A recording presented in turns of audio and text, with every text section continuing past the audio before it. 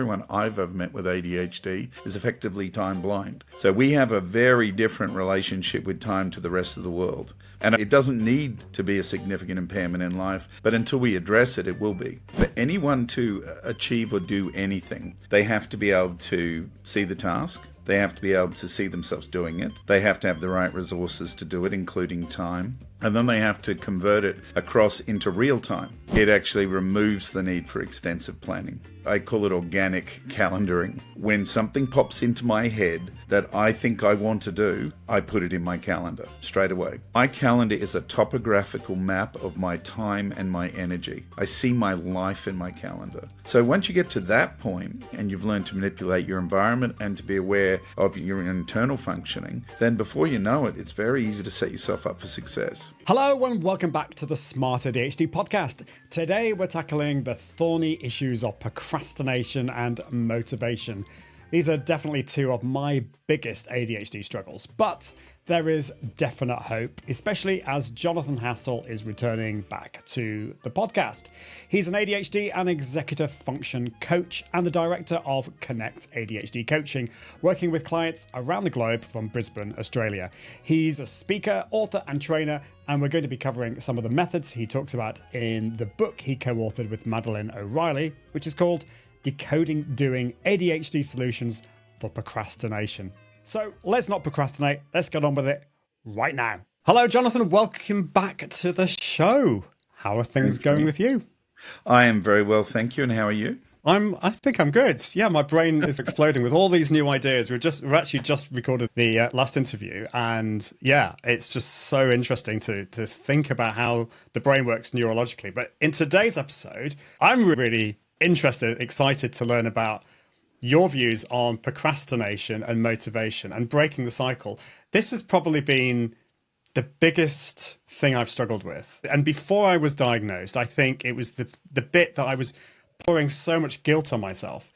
When I was then diagnosed with ADHD a few years ago, so much of the guilt that I was holding disappeared because I thought, that's why I struggle with procrastination. I'm not lazy. Maybe I am a bit lazy, but it's not down to the ADHD. So procrastination it's a struggle for everybody, but that chronic procrastination is a particular struggle for those of us with ADHD. What's going on in our brains when we procrastinate? Wow, okay. So now this is the stuff I love talking about, because now we're taking what is known research and theoretical research and then trying to apply it to behavioral models. Now, if we look at ADHD and procrastination, I prefer to say let's flip that and let's look at doing with ADHD. Because the thing is, it's not like we never do anything. However, there's a few factors that are at play in there that we need to be aware of. So for anyone to achieve or do anything, they have to be able to see the task. They have to be able to see themselves doing it, so the process or the procedure. They have to have the right resources to do it, including time. And then they have to convert it across into real time. They have to make it an action that happens reliably. Now, with ADHD, if you think about the problems that are involved with that, even if we use an executive function framework as a starting point. So the first thing is, okay, we've got to hold our attention on one thing long enough to decide, yes, we definitely want to do it, and also validate why we want to do it and if it's reasonable. But the bigger question really there is keeping our attention and our working memory, holding all the steps to get it done. Now, with ADHD, we usually skim at 30,000 feet and think we see the tops of the mountains. We don't see all the details of the task. It's not that we can't figure it out, and that's part of the problem. We know we can figure it out. If it was something that we'd never done before, it was difficult, we're probably going to give it attention because it's interesting.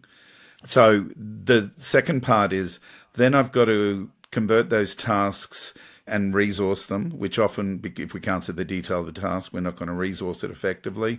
And then I have to find a place for it in time. Now, guess what? Everyone I've ever met with ADHD is effectively time blind. So we have a very different relationship with time to the rest of the world. And I don't think we can underestimate that. It doesn't need to be a significant impairment in life, but until we address it, it will be. So you can see there's multiple stages where we trip up. And when I worked on the book with my colleague, Madeline O'Reilly, who's a lovely clinical psychologist here in Australia, we switched our focus from the idea of procrastination, like the error in effect. And so, okay, what's not happening? Let's come back and look at those functional areas and then look at it through an executive function lens with ADHD. So that is a very different way of looking at it. I've heard this, and there's so many myths and things that people talk about. We've talked about dopamine in the last episode, that we don't have enough dopamine. That might be the reason, or that we struggle with these things. I've heard people talk about like the motivational bridge, where you want to get to the other side, but there aren't enough rings on the, what do you call them? On the bridge. And it's like a rope bridge, and it's steps or whatever it's called. Yeah, my brain's gone. But this is a different way of looking at it, isn't it? Maybe if you could talk a little bit more about motivation. I think in the past you've talked about the illusion of motivation. Yeah. So what is that, and what's going on in our brains? So I gave this talk last year to our National Professional Association, and you can find it online on my website. Basically, I called it the illusion of motivation, because something I became aware of is that all of my clients with ADHD were talking about motivation in a very consistent way. It was this big feeling. I've either got to really want to do it, it's got to be rewarding, an exciting thing I want to do, or it's got to be a very threatening thing. And it has to be close in time. So either the thing is really appealing, or it's really threatening, or something associated with it is, and it's close in time. Now, if we think about that, that's a really dangerous approach to motivation, because we're relying on a very big emotion, which is expensive. Then on top of that, we're relying on these external things to create that emotion. That's not me creating it. That's the thing being fun or the thing being threatening. Now, so I'm not in control of that. I'm just reacting to that. And then the other part of it is it has to happen in a very close period of time, which means I don't have a lot of room for error there. And that's the problem we come across all the time. One of the areas I work in beside adults and couples is with uni students. And the recurring problem with uni students is that they try and do the assignments at the very last minute. Of course, it's more work than they thought it was. They run over time. They still have trouble activating, but they still have a mythology that it's the best way they work. Last minute. I do it under pressure. That's the best work I ever deliver. And I'll tell you categorically, it is not. I don't care who you are. It's not. It's just what it feels like. And I can say that because I've been there. So motivation, if we look at how people without ADHD use motivation, they do it very differently. They imagine, first they decide that the task is worth doing, and that's just a simple cost-benefit argument. Then they move very quickly on to imagining the task. So they see themselves doing it. And obviously, the more often they've done it, the easier it is to see it. But they can see it in detail. They can hold their attention on it and hold the different procedural steps in working memory quite easily. They're not relying on emotion here at all. So they're just saying, practically, is it possible? Yep, and this is what I'll need to do it. Then they do a really interesting thing. They say, well, when will it fit in my life? When's the time context? Oh, yeah, so Tuesday morning's a good time to do that. I can fit it in then and then get on with the rest of my life. It's fine. So they end up with a feeling of it's doable and, yeah, that's a good time to do it. Now, for someone with ADHD, that almost feels like a flat emotion. That's, oh my God, it's like giving in. And that's another awareness we got to have, that this is a very different feeling.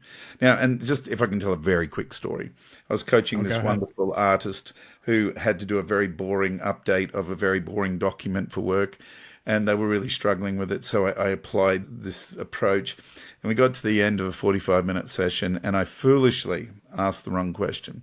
I said, so are you motivated to do that thing now? And the person looked at me and said, oh, God, no.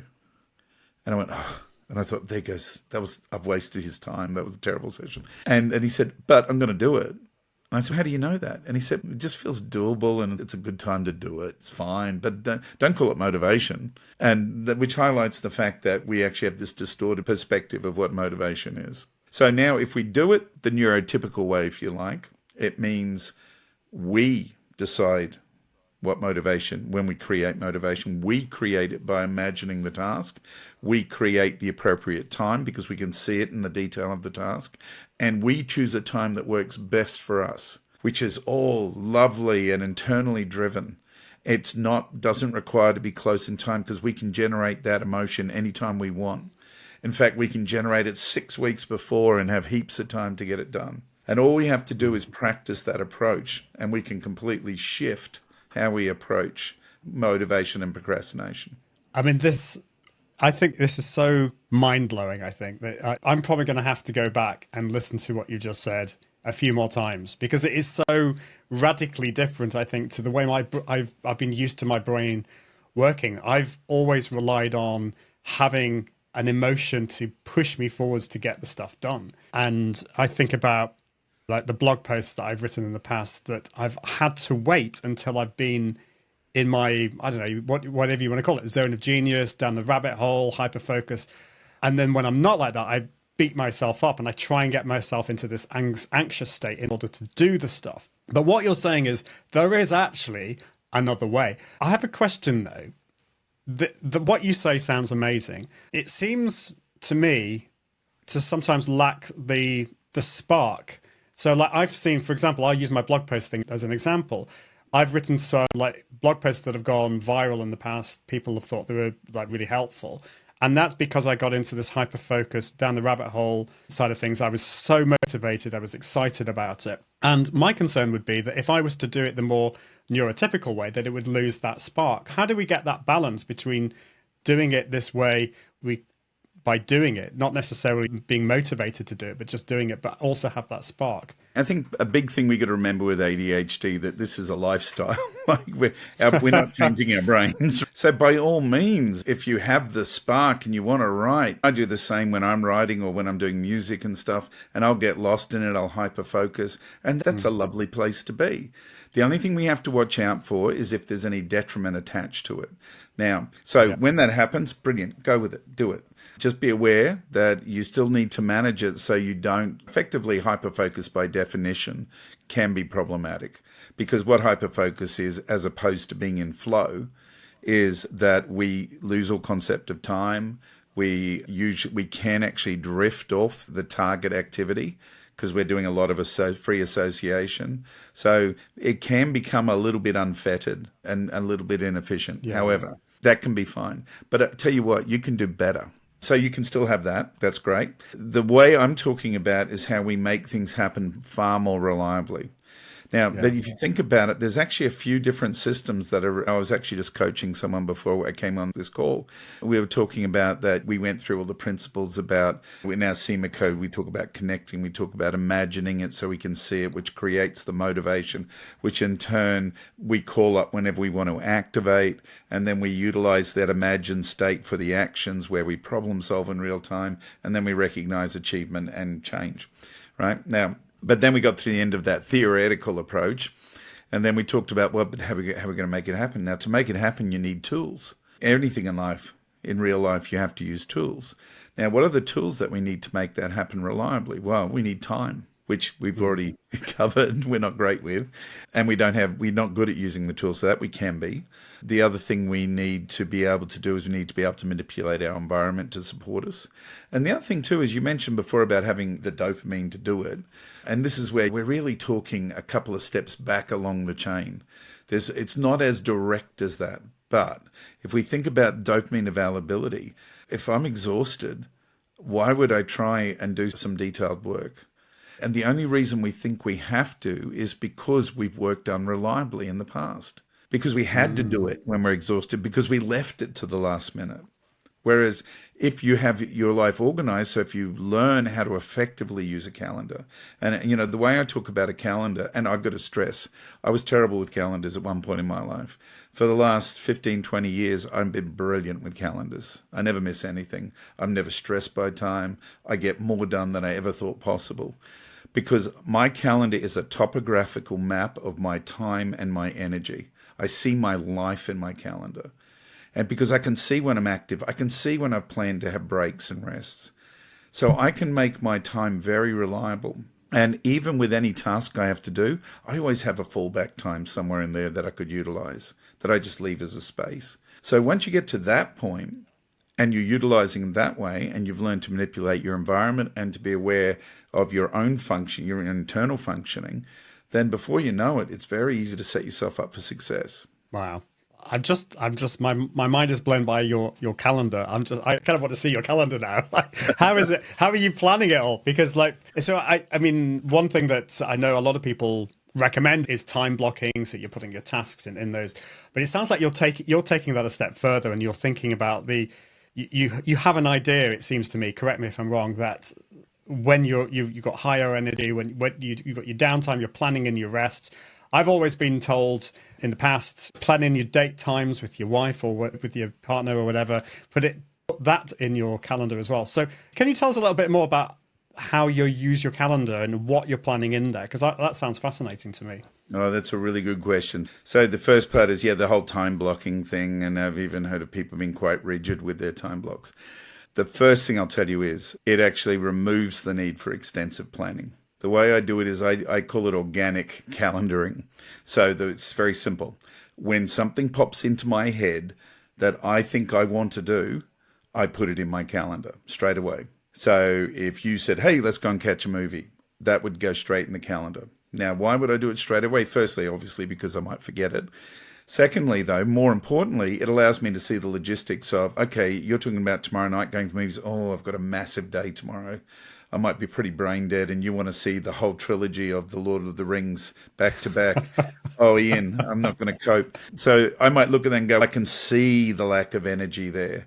So that, which is now I'm visualizing the future, something that we don't do well with ADHD. So instead I might say, maybe not tomorrow night, Ian, but what about if we did it on Saturday? And I can even see the travel time in there. And I can even now start projecting and say, I'm going to make sure I keep some time free before Lord of the Rings epic. So you put things in. So first off, what do you put in the calendar? You put in anything you want to happen, including your rests and breaks in the day. Really important.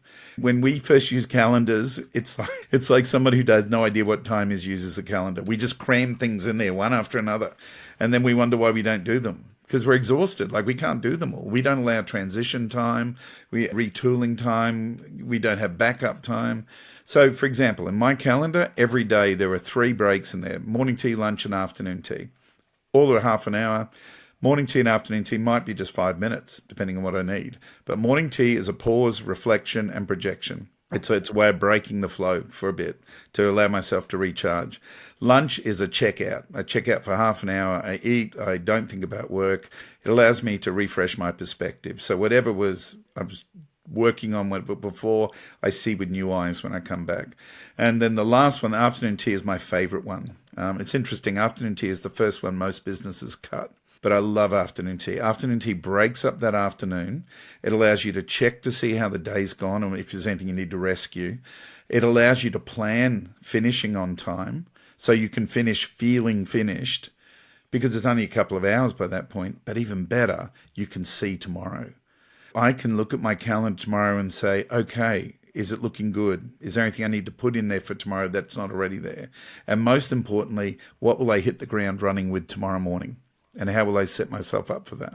Now, so then see how it's all happening organically, right? I'm just sticking it in as it comes in. I'm leaving gaps between things. I'm making sure I allocate for downtime. And this is all just my breaks. I just put on a recurring, repeating appointment with myself. But the other stuff is just going in as it comes up, and it populates itself. Now, I hear you wonder, but what about if something of a greater priority comes up? How do we prioritize? It's easy. Something more important comes up, you bump something less important from now. If Prince Charles says, come and play polo, does he play polo? Who can say? Oh, he's king. Oh my God, he's your king. Sorry, King Charles. Sorry, it's us colonial people. We're a bit behind the times. I apologize. But so if there's something really exciting and important comes up, I can just reschedule something that I've scheduled for now that's not as important.